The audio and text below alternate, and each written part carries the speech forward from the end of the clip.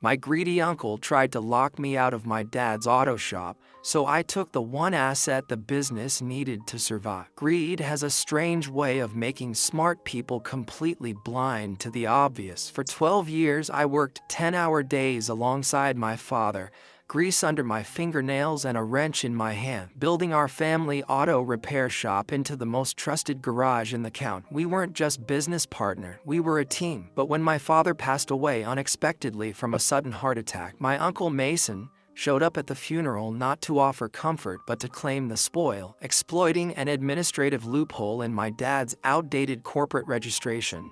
Mason legally seized control of the business overnight, bringing in his daughter, Ava, to run the front desk and treating me like an expendable line mechanic. They thought they had backed me into a corner where I had to accept their crumbs. They completely forgot that owning a business name means nothing without a place to put the car. The rhythmic, metallic clanking of an air compressor was the heartbeat of Apex Diagnostic. It was a sound that had filled my ears since I was 11 years old, sweeping up metal shavings and organizing socket sets for my dad. By 23, I knew every square inch of that shop. I knew which hydraulic lift was the smoothest, which diagnostic scanners were the most reliable, and exactly how to listen to an engine block to diagnose a misfire before even plugging in a computer. My dad and I had built a flawless reputation in our town. We didn't cheat peak, we didn't overcharge, and our customers stayed loyal for generations. When Dad passed away, the grief nearly paralyzed me. I expected my family to rally around each other. Instead, my uncle, Mason,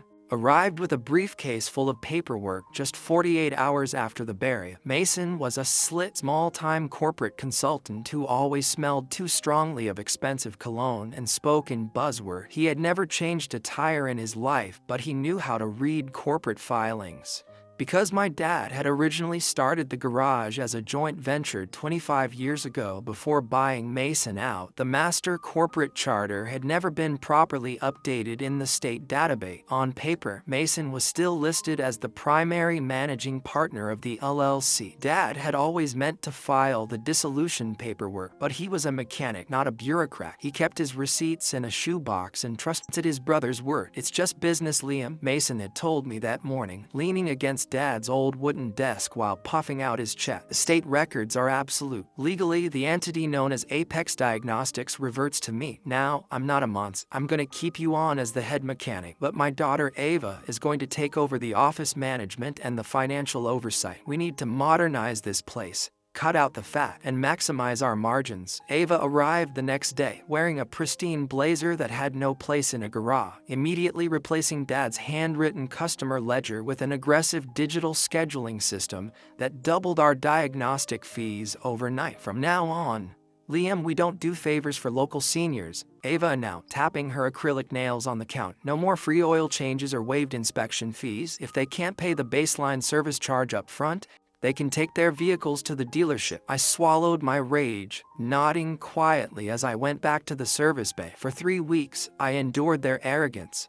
I watched Mason take draws from the company account to fund a new sports car, while Ava treated our long-term clients like data points on a spreadsheet. They openly mocked my dedication, reminding me daily that I was just an employee who could be replaced by any trade school graduate. They genuinely believed they held all the power because they owned the name on the building's plastic sign. What Mason and Ava failed to realize was that my dad might have been relaxed about corporate filing, but my mother had been a meticulous real estate agent. The actual acre of commercial land, the physical 4-bay garage structure, and the concrete parking lot did not belong to the LLC. The property had been purchased independently by my mother using her inheritance, and when she passed away 5 years ago, the land deed was transferred directly into a private, restricted trust solely under my name. Mason owned the corporate entity named Apex Diagnostic, the business license, and the digital customer database, but he was operating his newly stolen company inside a building that I owned outright. The realization hit me on a rainy Tuesday afternoon. I was under the hood of a classic truck when Mason walked into the bay, flanked by a commercial locksmith. "Wrap up whatever you're doing by 5 o'clock, Liam," Mason said, a smug, superior grin plastered across his face. Ava and I are restructuring the payroll. We're bringing in 2 junior mechanics tomorrow at a lower hourly rate. We won't be needing your management services anymore. The locksmith is changing the main bay doors tonight, so you'll need to hand over your master keys before you punch out. He was firing me from the very shop I had built, locking me out of the space where my dad's ghost still felt alive in the scent of motor oil and old iron. Are you sure you want to do this, Uncle Mason? I asked, wiping my greasy hands on a shop rag, my voice entirely calm, betraying none of the intense, freezing anger rolling through my chest. It's just the evolution of the market, kid, Mason chuckled, patting his locksmith on the shoulder. Don't take it personally, you just don't fit into our new corporate vision. Leave the shop tool. Those were purchased under the LLC account, so they stay here. All right, I said quiet. I'll be out by 5. I didn't argue. I didn't make a scene. Instead, I walked back into the office, packed up my personal toolbox,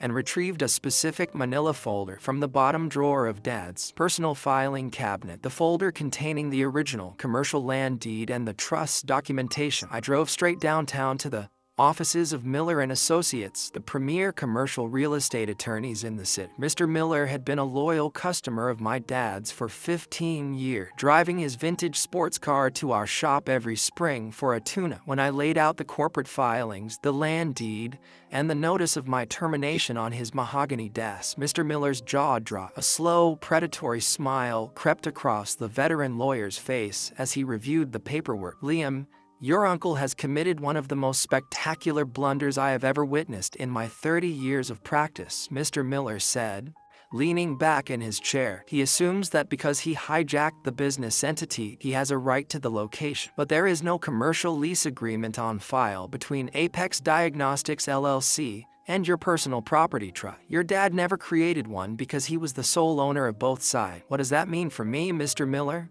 I asked, leaning forward. It means, Mr. Miller replied, tapping the deed, that your uncle is currently operating an unauthorized commercial business on private land without a lease. He is, legally speaking, a commercial squatter. We don't just have the right to stop him, we can shut him down overnight. Mr. Miller's pen moved across the legal pad with a sharp, rhythmic scratching sound that felt incredibly satisfying in the quiet office. He didn't just see a legal case, he saw a flagrant injustice against the son of a man he had respected for over a decade. He explained that in commercial real estate, operating without a lease gives the property owner absolute authority over the premises. Because no contract existed binding my land to the LLC, Mason had zero legal right to occupy the building, park customer cars on the lot, or utilize the heavy hydraulic lifts anchored into the concrete foundation. We are going to file a triple threat action, Liam, Mr. Miller said, leaning forward and sliding a draft document across the desk toward me. First, an immediate notice to quit and vacate for commercial trespassing. Second, an emergency injunction to freeze any modification to the property, meaning he cannot install new signage or alter the bay. And third, we are going to charge his LLC a retroactive daily fair market storage fee for every single vehicle currently parked on your lot. How quickly can we execute this? I asked, my fingers tightening against my knee. The paperwork will be finalized and stamped by the court clerk first thing tomorrow morning, Mr. Miller replied, a cold, professional smile spreading across his face. I will have a certified process server deliver it directly to your uncle at exactly 9 o'clock, right when his new junior mechanics are scheduled to arrive. I spent the rest of the evening driving around the commercial district of our town. I wasn't just planning a defense, I was planning my future. 2 blocks away from our original shop sat an empty, abandoned 3-bay warehouse that had once been used by a local plumbing supply company. It had a reinforced concrete floor, high ceilings, and a massive gravel yard. I tracked down the owner's contact information from the commercial listing sign out front, called him directly, and arranged to sign a fast-track commercial lease by midnight. Thanks to the savings account my dad had quietly established for me outside of the business entity, I had enough capital to secure the location immediately.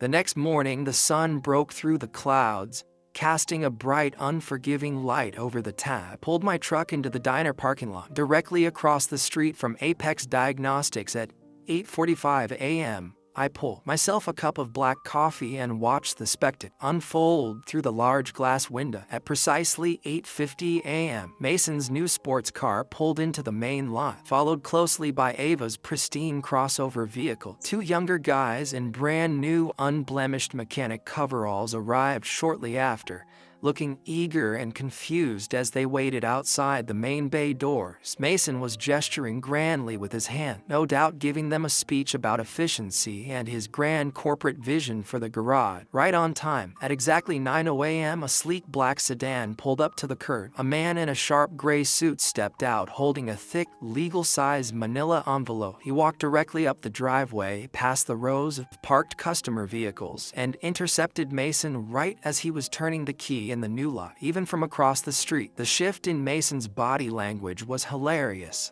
He took the envelope with a dismissive wave of his hand, clearly assuming it was a marketing solicitation or a routine municipal notice. But the moment he pulled out the court-stamped documents and read the primary header, his shoulders dropped. Ava immediately leaned over his arm, her eyes scanning the pages as her jaw dropped open in absolute shock. The process server didn't linger. He simply patted the hood of a customer's sedan, pointed toward the street, and walked back to his car, leaving my uncle standing in the middle of the parking lot, clutching the legal destruction of his plan. Mason immediately whipped out his phone, his face turning a deep, furious shade of purple as he dialed a number. A second later, my own phone began to buzz violently on the diner table. I let it ring for 3 full cycles before calmly sliding the bar to answer. "Liam, what the absolute garbage is this?" Mason roared into the receiver, his voice cracking with rage. "You sent a process server to my shop. You're claiming I'm trespassing?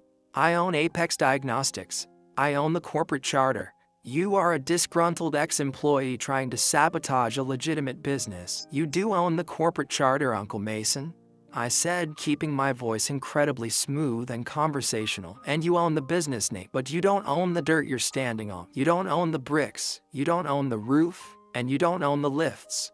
My mother left that property to me in a private trust. You are operating a business on my land without a lease, which means you have exactly 72 hours to clear your property out of my building before the county sheriff locks the gates. You can't do this," Ava screamed in the background, her voice echoing through the microphone. "We have 12 customer cars scheduled for diagnostics today. We have contracts. Then I suggest you find a very large public parking lot to diagnose them in," I reply, "because if those customer cars are still sitting on my commercial lot by 5 o'clock tonight, the court injunction authorizes me to charge Apex Diagnostics LLC a storage fee of $250 per vehicle per day. And believe me, Mr. Miller will enforce it." "Liam, listen to reason," Mason stammered, his angry bluster suddenly melting into a desperate, panicked negotiation. "We're family. Your dad wouldn't want this. Let's sit down and talk about a lease agreement. We can work out a percentage." My dad wouldn't want his brother stealing his life's work 48 hours after his funeral either, I interrupted, my tone turning sharp and cold as ice. "The time for talking ended when you changed my locks. You wanted the business, Mason. It's all yours. Now get off my land." I hung up the phone before he could speak another word. Through the diner window, I watched Mason slam his phone against his car hood, while his 2 new junior mechanics awkwardly grabbed their toolboxes and started walking down the street, realizing they wouldn't be getting a paycheck anytime soon. The king of Apex Diagnostics was standing in an empty parking lot, completely powerless. The next 72 hours were an absolute masterclass in chaotic desperation. From the comfort of the diner across the street and later from my new warehouse location 2 blocks away, I watched Mason and Ava realize the true weight of their situation. A commercial eviction isn't like a residential tenancy. There are no months of extensions or complex appeals when you are caught operating a business on private land without a single shred of a lease agreement. By Wednesday morning, Mason had been forced to hire a fleet of flatbed tow trucks at an exorbitant emergency rate. He had to systematically contact every single customer whose car was currently parked on my lot, explaining through gritted teeth that their vehicles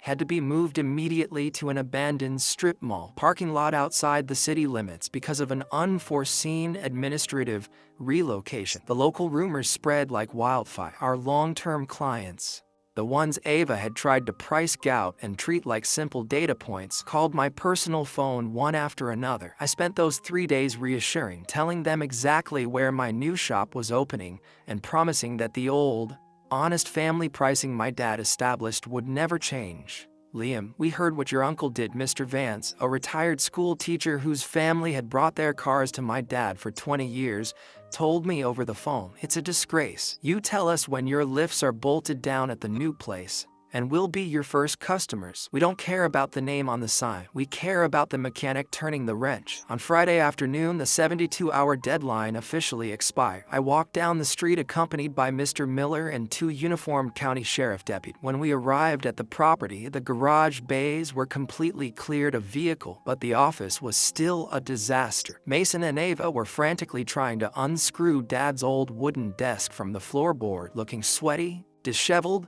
and completely broken. Time's up, Mason, the lead deputy announced, his hand resting casually on his utility belt. The court-ordered eviction is now active. You need to drop the tools, step away from the fixtures, and exit the premises immediately. Mason dropped his screwdriver, the metallic clang echoing sharply off the empty concrete wall. He whipped around to face me, his eyes bloodshot and his expensive suit jacket completely stained with old grease. You think you won, Liam?